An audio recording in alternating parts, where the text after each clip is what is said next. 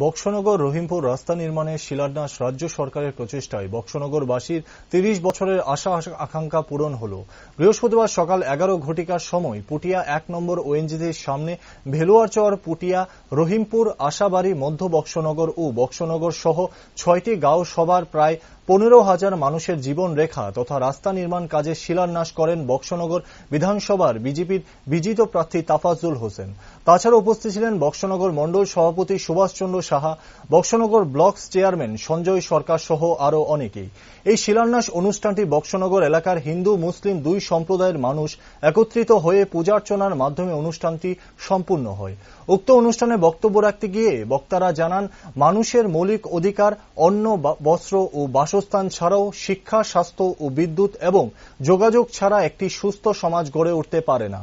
তাই ৬টি গ্রামের যোগাযোগের প্রধান মাধ্যম এই ১১ কিলোমিটার রাস্তা নির্মাণের কাজ মানুষের দুঃখ কষ্টের দিকে তাকিয়েই সরকার দায়িত্ব নিয়েছে।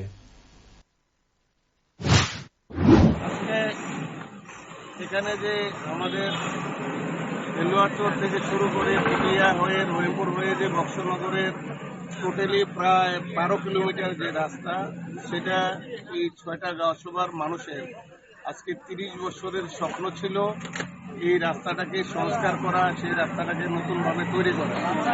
বিগত দিনে ৩০ বছর ২৫ বছর ছিল সিপিএম সরকার।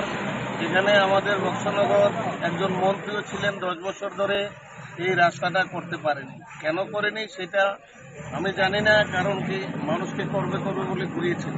কিন্তু যখন আমাদের ত্রিপুরা রাজ্যে আমাদের বিজেপি সরকার হওয়ার পর আমাদের যশস্বী মুখ্যমন্ত্রী তথা ডক্টর মানিক সাহাজির তত্ত্বাবধানে সহযোগিতায়, মানিক সাহাজির সদিচ্ছায় আজকে আমাদের এই ৬টা গাঁওসভার স্বপ্ন পূরণ হতে যাচ্ছে। এই 6টা গাঁওসভার এটা হৃদয় রেখা নামে পরিচিত। এখানে ১২ কিলোমিটার রাস্তা, প্রায় ১২ কিলোমিটার এবং প্রায় ১২ কোটি টাকা এখানে টেন্ডার। তো যার জন্য এই এলাকার ৬টি গাঁওসভার মানুষ মনে হয় আনন্দে এখানে আবির্ভূত। সবাই এখানে আজকে শুভ আরম্ভ হয়েছে, যার জন্য আজকে পূজাপালি হয়েছে। হিন্দুরা পূজা দিয়ে আরম্ভ করেছেন, এখন মুসলিমরা এসে এখানে দোয়াপালি করে আমরা এখানে শুভ আরম্ভ করেছি।